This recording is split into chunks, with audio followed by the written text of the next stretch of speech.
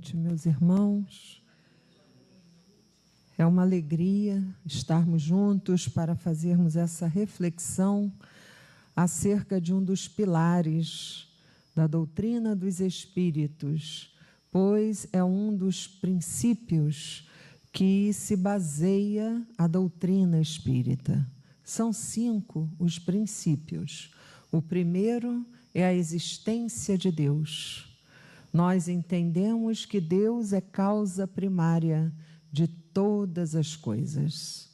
É o soberano Senhor da vida. Suprema também são as leis que Ele cria, organizando a tudo e a todos.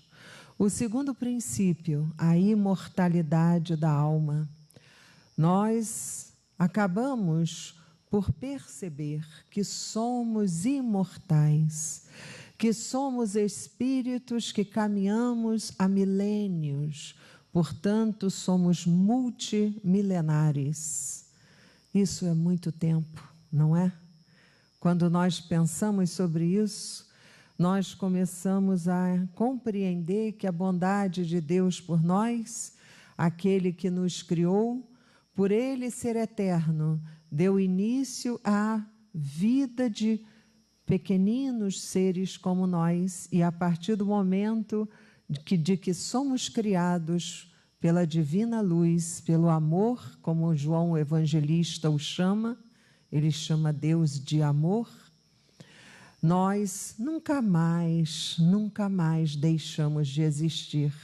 Estamos sempre vivos, no plano material, no plano espiritual, em que dimensão estivermos, em que camada evolutiva estivermos, estaremos vivos, passando pelas experiências necessárias, para que assim consigamos amadurecer o senso moral, percebendo em nós que há muitas camadas que precisam ser diluídas, para que assim possa vir o que há em nós como um germen puro, porque as sementes de Deus foram depositadas em nós.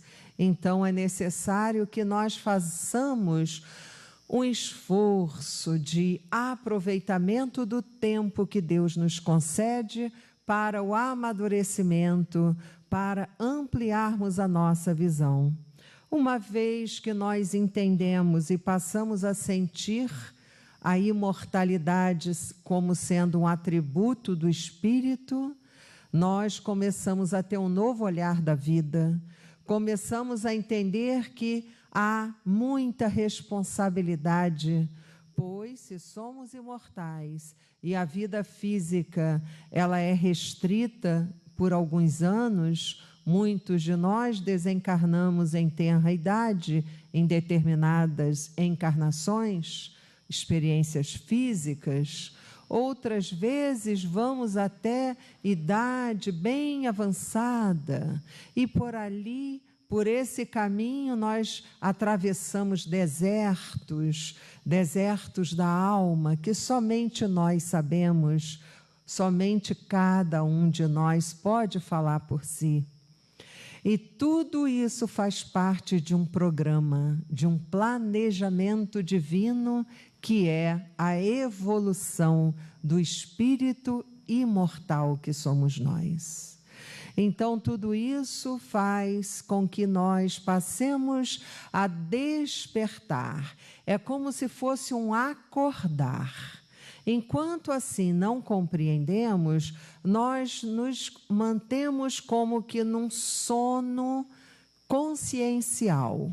A nossa consciência, ela entra num processo de sono. Nós, embora nunca percamos a consciência, mas ela só desperta, ou melhor, só começa a despertar quando começamos a nos sentir imortais. Será que nós, isso não é para responder, é uma reflexão, será que nós nos sentimos imortais?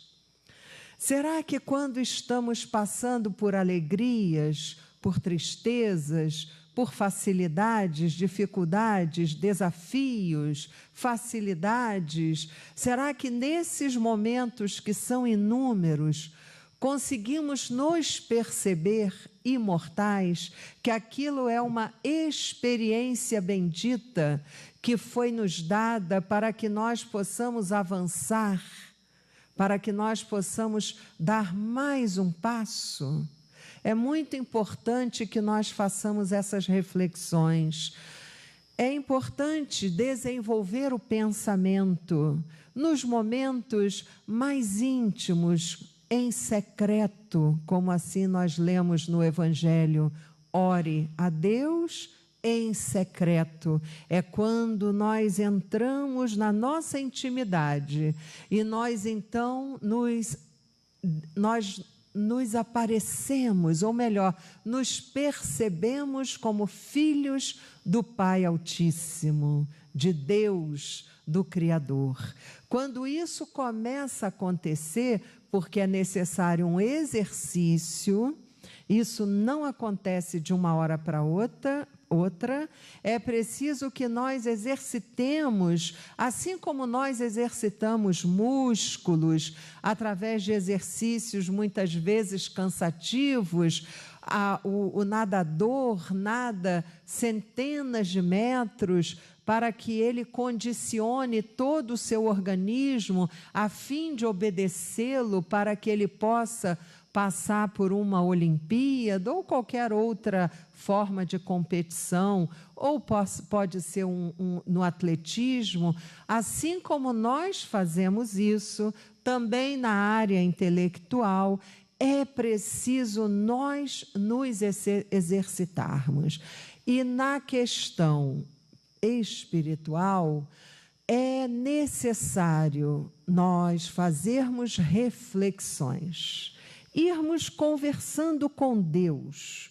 Ele é o nosso melhor confidente. Converse: Senhor, como assim? Eu sou imortal? O Senhor me criou? Como agora? Qual a responsabilidade, qual a função que isso me traz? E esse momento de esforço íntimo, de conexão com o alto, você vai alcançando determinadas respostas no campo do espírito, que vai vindo devagarzinho e você ali vai ampliando a sua condição de entendimento, de compreensão. Muitos de nós não gostamos de falar sobre a dita morte. Muitos de nós falamos assim: não, nossa, esse assunto não me interessa, mas deveria nos interessar.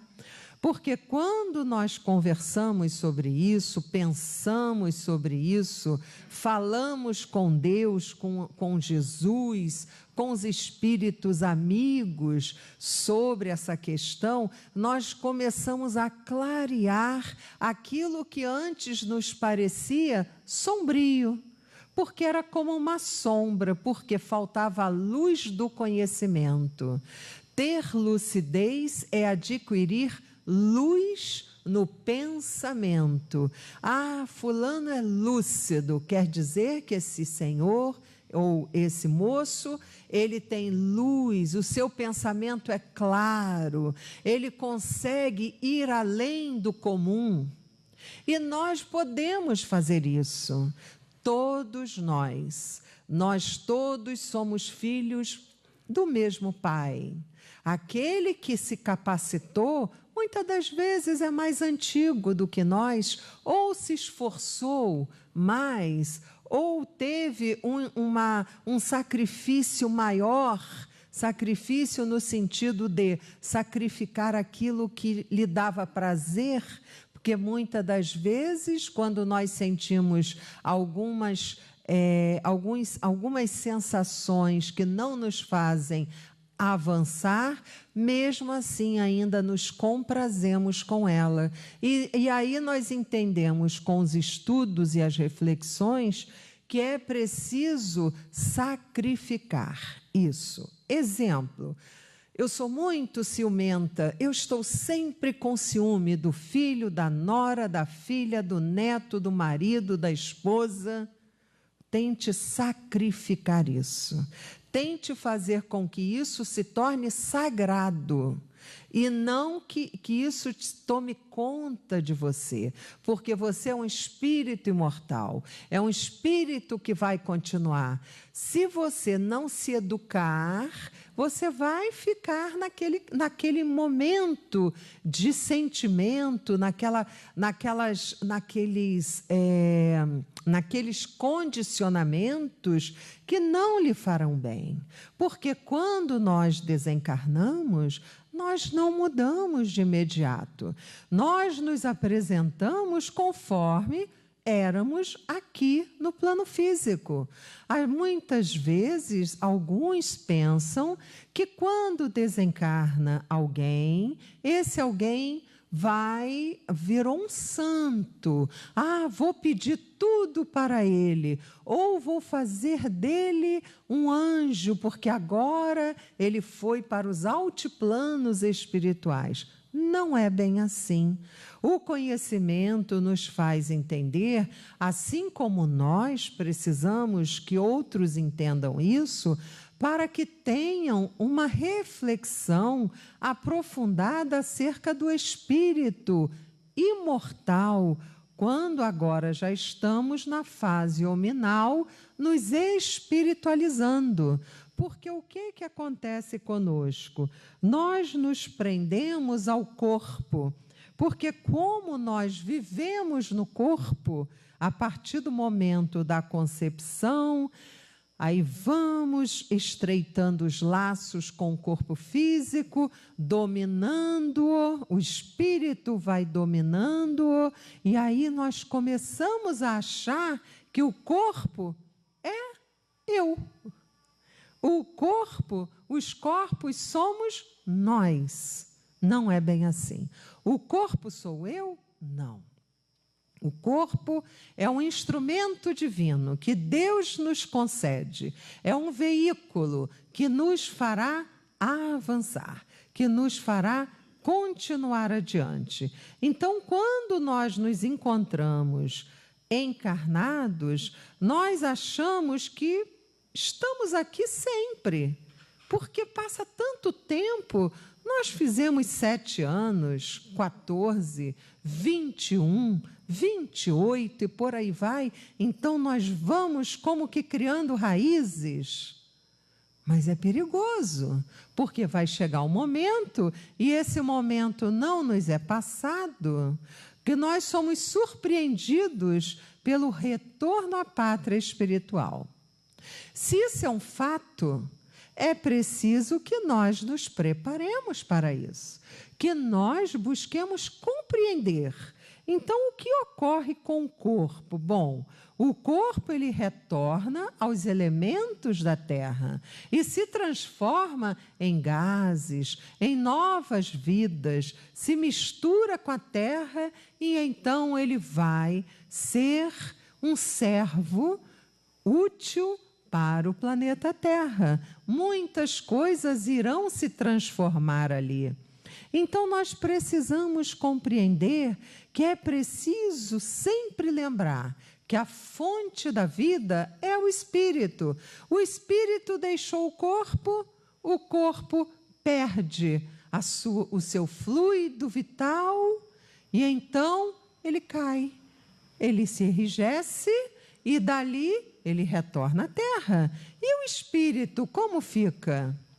Como será que o espírito permanece após a desencarnação, após a saída da carne? Desencarnar é sair da carne.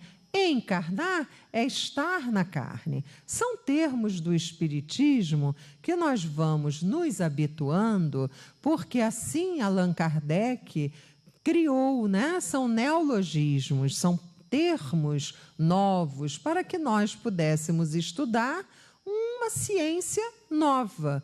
Para uma ciência nova é preciso novos termos. E na questão 183 de O Livro dos Espíritos, como também na conclusão de O Livro dos Espíritos, nos é passado com muita clareza essa questão. Nós começamos, então, a entender que ora estamos encarnados, ora desencarnados. E o desencarnado, ele se encontra, nós vamos encontrar essa palavra, olha que palavra diferente, na erraticidade. E muitos de nós ficamos assim, erraticidade? Erraticidade é a propriedade da palavra errático. O que é o errático? Errático é aquele que não tem lugar certo. Ele se muda. Ele está aqui, daqui a pouco não está mais aqui, está em outro lugar. A erraticidade, então, ela constitui essa condição. Nós não paramos só porque desencarnou, agora eu estou nesse plano, vou ficar aqui. Não, nós vamos evoluindo, somos colhidos por irmãos superiores, somos tratados, somos levados para uma outra condição, vamos sendo orientados, esclarecidos, o que vai melhorando cada vez mais a nossa condição psíquica, o nosso entendimento, tudo aquilo que nós compreendemos. Então, se nós nos entregarmos aos bons espíritos, confiantes em Deus e em Jesus, nós iremos muito bem, seguindo adiante. O passado foi aprendizado, foi experiência digna, importantíssima para o espírito. O presente, já do outro lado da vida, na parte espiritual, é o momento que nós começamos a ampliar o nosso entendimento. É o momento que nós encontramos conosco mesmo. As máscaras caem. Aqui, muitas das vezes, nós utilizamos máscaras, nós, muitas das vezes, gostamos de aparentar uma alegria que nem sempre corresponde ao nosso interior. Muitas vezes nós falamos que temos muitos problemas, mas segundo um médico que eu ouvi agora há pouco tempo, que ele falou que escuta muito isso. Ah, doutor, eu tenho muitos problemas. Aí ele, muito interessante a pergunta dele, ele falou assim, você respira? Aí a pessoa respondeu, sim, respiro. Você se alimenta, você consegue se alimentar, deglutir, engolir o alimento? Sim, doutor, consigo. Você vai ao banheiro regularmente? Sim, vou sim. Meu irmão, então você não tem problemas, você pode ter desafios, porque nos hospitais onde eu trabalho, tem muitos irmãos que precisam respirar através de um aparelho. Isso é um problema. Ele fazendo o outro fazer uma reflexão acerca de todas as reclamações que ele fazia. Eu conheço irmãos que ele não deglute, ele não tem esse movimento que faz com que o alimento vá para o estômago, para o intestino. Você consegue fazer isso, enquanto outros precisam de uma sonda para ir direto ao estômago, recebendo alimentos líquidos, porque ele não consegue. E por aí ele foi, dentro da ciência médica, que não faz parte do meu conhecimento, mas eu entendi a sua fala. Ele querendo que o outro despertasse, parasse de reclamar. Certamente há motivos, sim, que faz com que aquele que lá foi ao médico tivesse uma sensação de que as coisas não estavam tão boas quanto ele gostaria.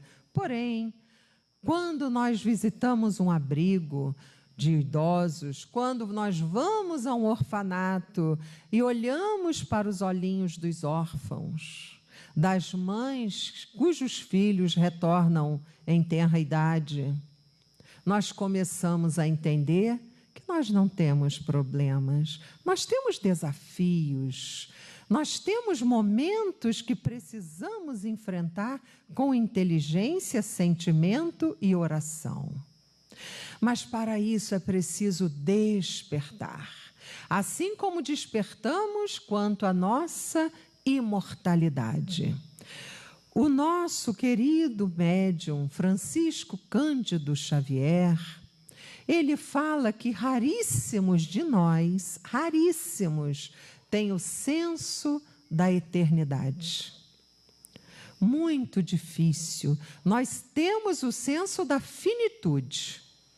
Nós ainda não temos o sentimento trabalhado por nós, com a ajuda dos superiores, do senso de que vamos continuar, de que nós não vamos parar, porque quando nós adquirirmos esse senso, tudo vai ter uma nova feição, um novo tom, uma nova cor. O som vai ser diferente. Tudo vai mudar.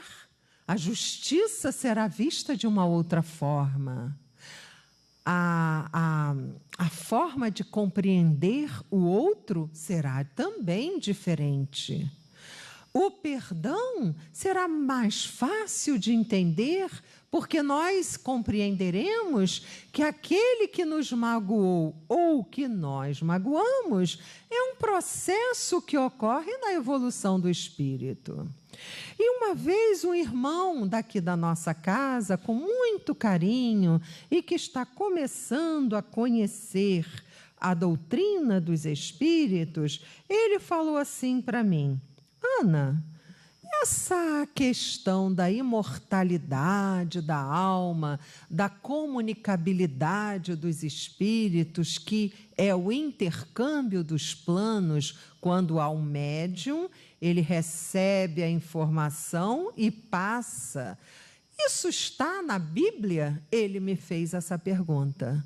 Achei essa pergunta magnífica, porque eu pensei, é verdade, se a Bíblia é um livro histórico, antiquíssimo, que conta histórias de povos muito antigos, histórias de profetas, histórias do Novo Testamento, que é onde Jesus já aqui conosco estava, temos que ter isso nesse livro que muitos chamam de livro sagrado.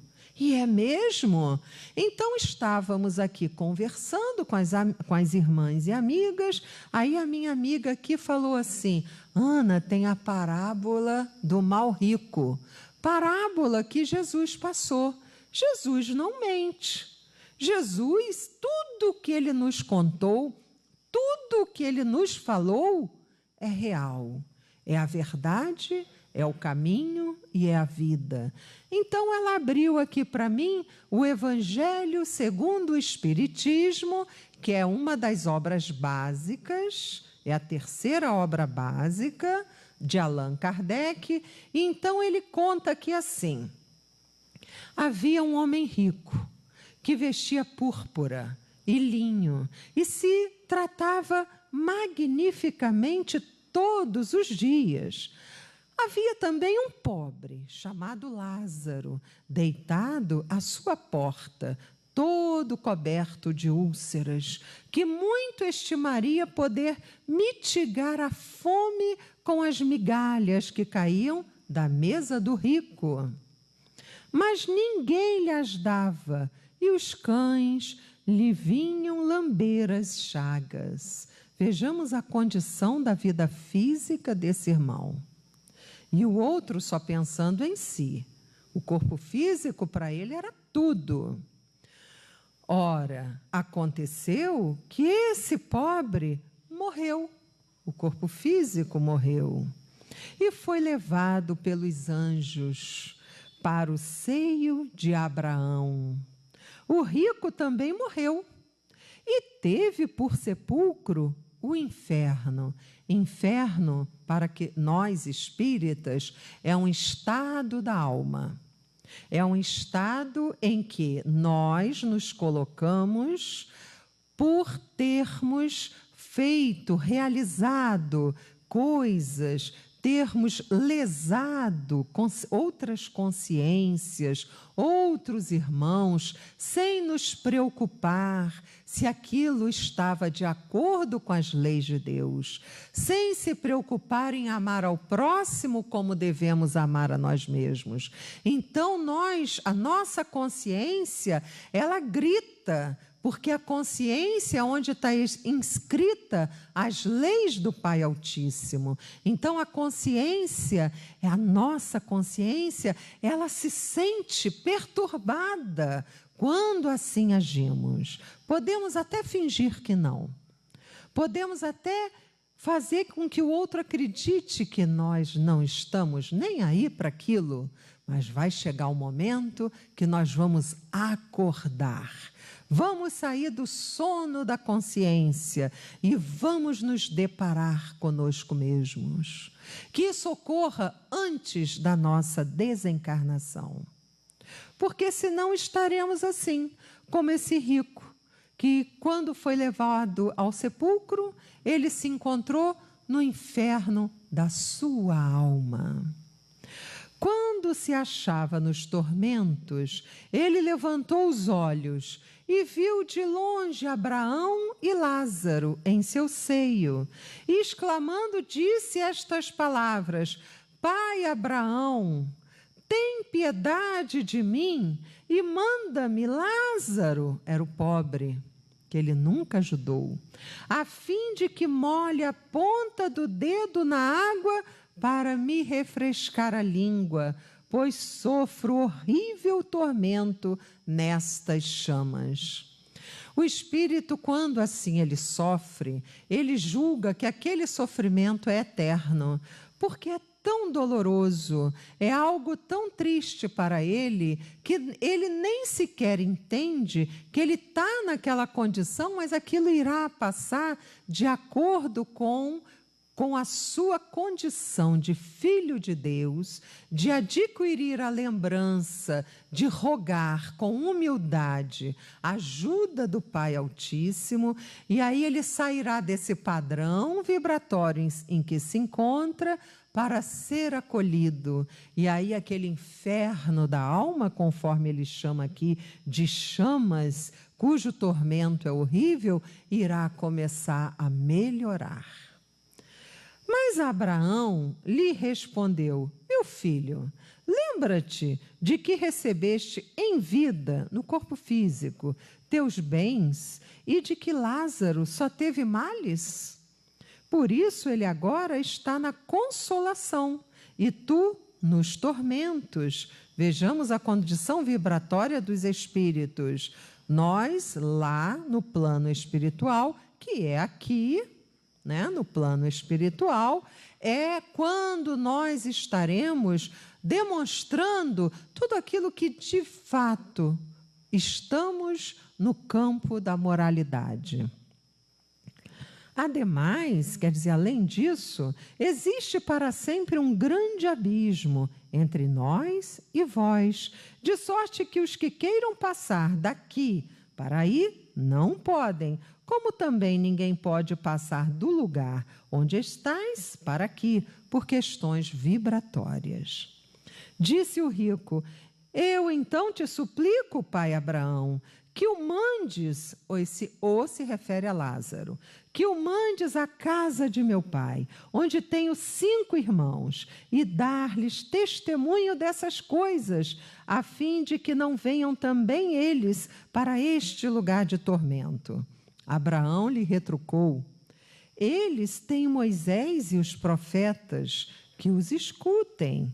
Não, meu pai Abraão, disse o rico, se algum dos mortos for ter com eles, farão penitência, quer dizer, irão se dobrar, a essa situação. Respondeu-lhe então Abraão: se eles não ouvem a Moisés nem aos profetas, também não acreditarão ainda mesmo que algum dos mortos ressuscite. Quem registrou foi Lucas, no capítulo 16, versículos 19 a 31. Está na Bíblia isso. Nós lemos isso, é só abrirmos, procurarmos. Está lá, comprovando a imortalidade da alma. Então, tem na Bíblia? Tem na Bíblia, sim. Tem um outro fato também muito importante, que na época de Jeremias, né? Havia uma pitonisa. Pitonisa, na época... é Samuel, né, Valéria? De Samuel, havia uma pitonisa. Pitonisa era uma médium, que se chamava pitonisa. Era assim como ela era chamada. O nome dessa pitonisa era Endor. Eu não vou achar aqui agora. E ela, então, ela olhou e falou, Saul era o rei, né? Saul foi pedir a ela para evocar Samuel. Para evocar Samuel. Se não existissem espíritos, como que o rei ia pedir a pitonisa para chamar, evocar Samuel, que já era, entre aspas, um morto? Então, nós encontramos inúmeros exemplos na Bíblia, antes mesmo de Jesus. E Jesus deu alguma fala sobre isso? Sim, no Monte Tabor. Ele subiu ao Monte Tabor com Tiago, João e Pedro. Chegando lá, os três adormeceram. Alguns estudiosos falam que eles estavam doando ectoplasma. Bom, isso alguns estudiosos. Mas vamos pensar assim, eles adormeceram. E quando acordaram, viram Jesus resplandecente. Era todo luz. E estava com Jesus os espíritos Elias, que foi João Batista, e Moisés. Quando eles viram, eles perguntaram a Jesus, estupefatos, Senhor, quer que façamos 3 tendas? Devido à claridade, à clareza da visão, à confirmação que ali havia Jesus, que ainda encarnado estava, Moisés, que já tinha desencarnado há muito tempo, há mais de 1000 anos, 1250 anos, e Elias, que tinha reencarnado depois e foi João Batista. Então, nós temos na Bíblia, nesse livro tão importante para toda a humanidade, que está sendo material de estudo para muitos historiadores sérios, não ligados à religião, eles estão fazendo um estudo muito criterioso, sem ser atingido na sua condição de ser humano como um religioso, apenas como cientistas. Então, nós entendemos que há muitas e muitas e muitas outras fases, quando lemos a Bíblia, tanto no Antigo Testamento quanto no Novo Testamento, que há muitas comprovações que nós somos imortais. E Jesus, na sua misericórdia, fez com que todos nós o víssemos depois da crucificação. A crucificação foi algo muito grave, muito triste. Quando nós pensamos sobre isso, o nosso coração aperta.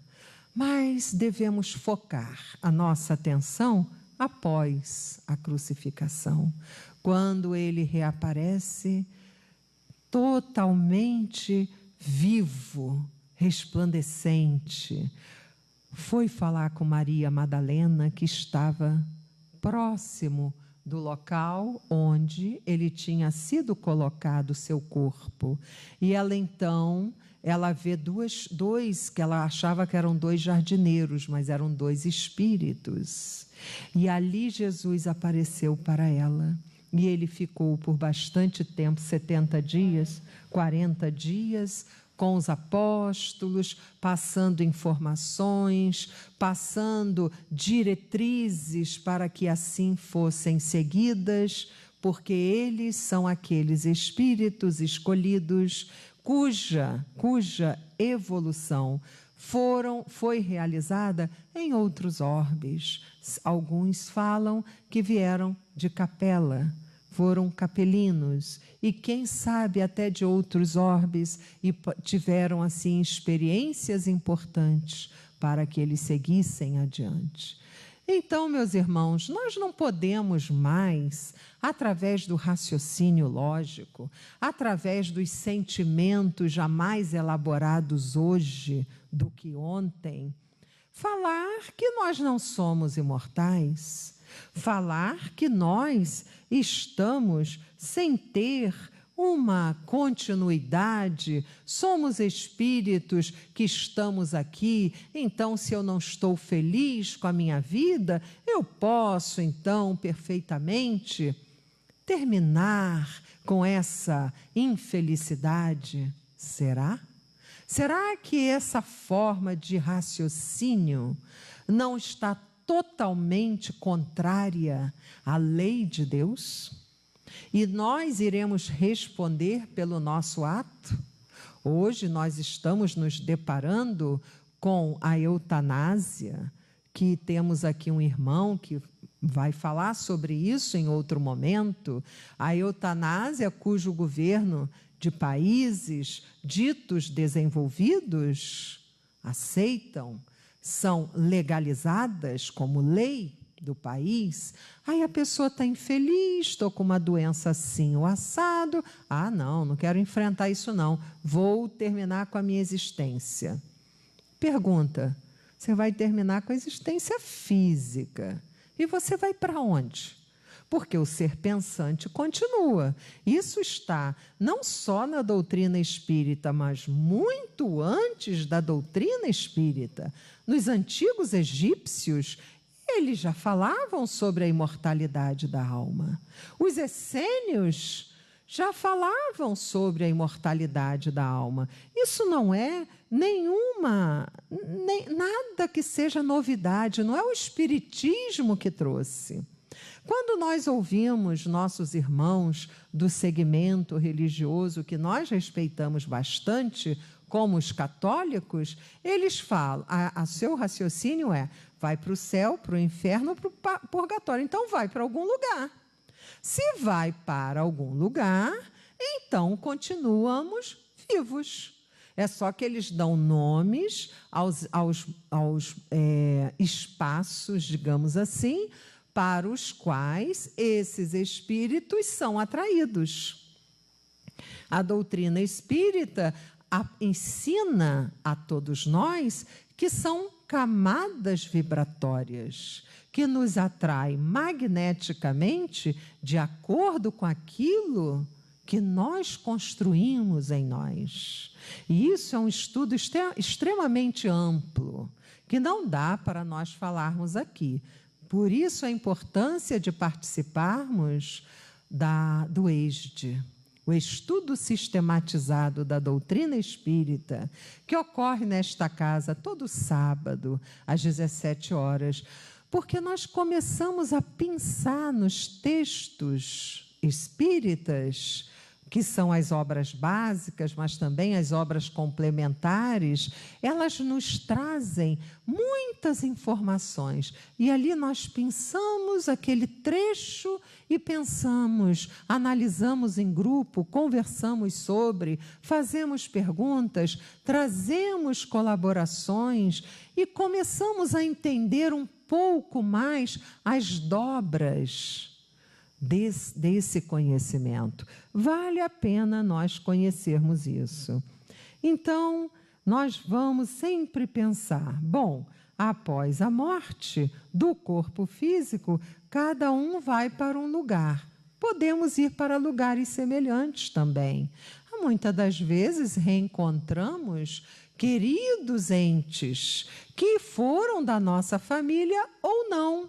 Muitas das vezes encontramos aqueles que participaram da parentela física, que são queridos do nosso coração, ou também aqueles que já participaram conosco de experiências de outras existências, de outras reencarnações, que naquele momento nós não lembramos, porque a nossa lembrança ela é muito próxima da vida, da experiência física mais próxima. Então, o que eu vou lembrar quando eu desencarnar? Eu vou lembrar que eu sou Ana, que eu tenho tal profissão, que eu sou mãe dessas pessoas, que eu moro, que eu tenho uma casa. É disso que eu vou lembrar. Mas com o tempo, conforme eu for me interessando e aceitando, o nosso coração tem que estar aberto, aceitando o tratamento dos espíritos bondosos, amigos e familiares, isso começa também a ampliar também a memória. Vai depender do meu esforço, da vontade, vai depender daquilo que eu já trago como bagagem moral e espiritual. A vida física, fundamental para todos nós. É um ensaio fantástico, cuja travessia exige muito de nós, porque nós somos sempre visitados por momentos alegres. O que eu faço com a minha alegria? Só penso em mim? Será que eu lembro de agradecer a Deus? Será que eu lembro de alguém que está precisando de um telefonema para receber aquela energia que estou sentindo? Oi, querido ou querida, quanto tempo? Você está bem? Me conta. Com muitos momentos eu posso estar numa tristeza devido a um grande desafio, mas não vou parar na tristeza. Por quê? Porque eu já entendi que sou espírito imortal. Então faz a diferença. É preciso que nós busquemos nos depurar. É preciso que nós nos desprendamos das questões materiais. Não é parar de dar valor ao que a matéria me oferece. A matéria me oferece estudo, a matéria me oferece um carro que eu possa pagar para eu me locomover, me oferece uma casa onde eu possa me abrigar minha família. Isso tudo é ótimo e deve ser considerado. A questão é quando a gente coloca uma dose maior no valor da matéria. Aí, ao invés de eu escravizar a matéria no melhor sentido da palavra, a matéria é que me escraviza. Aí eu começo a ser escrava da matéria. A matéria que eu estou falando não é só das coisas que eu toco, não é só das coisas que a gente sente como palpável, também são sentimentos. Existem sentimentos, como no início da nossa conversa aqui, são muito materializados. Quando eu tenho inveja de alguém, isso me pesa. Eu fico pesada. É material, é muito material. É algo que me faz pesar. Quando eu desejo mal a alguém, isso também faz com que eu pese. Os fluidos desses sentimentos têm um peso específico, que é gerado por quem? Por mim. Então, aquilo me atrapalha a evolução. É preciso que eu conheça melhor o Evangelho de Jesus. Não tanto como uma religiosa, porque religião é aquilo que me ajuda a religar eu, criatura, a Deus, o nosso Pai, àqueles que são superiores. Mas entendamos que isso é um estudo profundo que diz respeito a cada um de nós. Porque quando nós entendemos isso, nós temos um olhar científico até para isso. Científico no sentido de olhar, estudar, investigar, no melhor da palavra, e ficar feliz. Por quê? Porque aquilo vai me dar bom ânimo, aquilo vai me tirar daquele momento que antes eu achava que não tinha saída. E aí eu vou começar a me religar a Deus. Antes eu estava distante, nem pensava, as coisas aconteciam, eu ia vivendo conforme as coisas da vida, os eventos, iam aparecendo à minha frente. Eu não estava preocupada, mas com o estudo, com o avanço do entendimento, com a ligação com o alto, eu vou começar a entender, porque isso ocorre com cada um de nós. Eu vou começar a ter um novo sentimento quando, por exemplo, eu admirar uma pessoa. Eu vou admirar essa pessoa, mas eu não vou invejar essa pessoa, é diferente. Porque se eu ainda sentir inveja, um exemplo, se eu ainda sinto inveja, é porque isso ainda está em mim, mas eu posso melhorar, raciocinando, analisando, e se ela fosse a minha filha, ou fosse o meu filho? Joana de Ângeles nos faz esse exercício, e ela fala assim, quando você sentir algo negativo, em relação a alguém, esse alguém, mesmo que não tenha nenhum vínculo com você, tente olhá-la como alguém que você muito ama. Um pai, uma mãe, um avô, um grande amigo, uma filha, um filho. E aí aquele olhar para essa pessoa, ela traz uma outra versão daquela pessoa. Então nós começamos a entender que essa inveja, ela começa a se transformar em admiração. Ai, como eu admiro essa conduta. Que beleza. Ah, eu vou lutar, meu Deus, me ajude. Porque a inveja quer tirar do outro. Quer como que assaltar o outro. A admiração, não. A admiração, você olha... Quem me ensinou isso foi Raul Teixeira, eu ouvindo Raul. Você olha, admira e fala, que beleza, eu vou lutar para dentro dos meus traços de personalidade atual, dentro da minha condição, dentro daquilo que eu já trago de outras existências, começar a me depurar, a me autoaperfeiçoar, a melhorar e a conseguir. Não vai ter o mesmo, digamos assim, aquilo que ela faz que eu admiro, não, eu não vou fazer exatamente igual, porque eu já sou uma outra pessoa. Lembra da digital? Nós temos outra digital, ela tem a dela, eu tenho a minha. Então eu admiro. O que será que eu tenho que fazer? Já sei, eu tenho que... Ela pratica o bem. Ah, então eu vou praticar o bem também. Eu vou ver, vou me oferecer. Seja lá qual for o trabalho, oferecer um copo d'água fresco para alguém que está às vezes aflito, aí você olha com respeito, dá um sorriso fraterno, aquilo já é um ingresso no caminho do bem.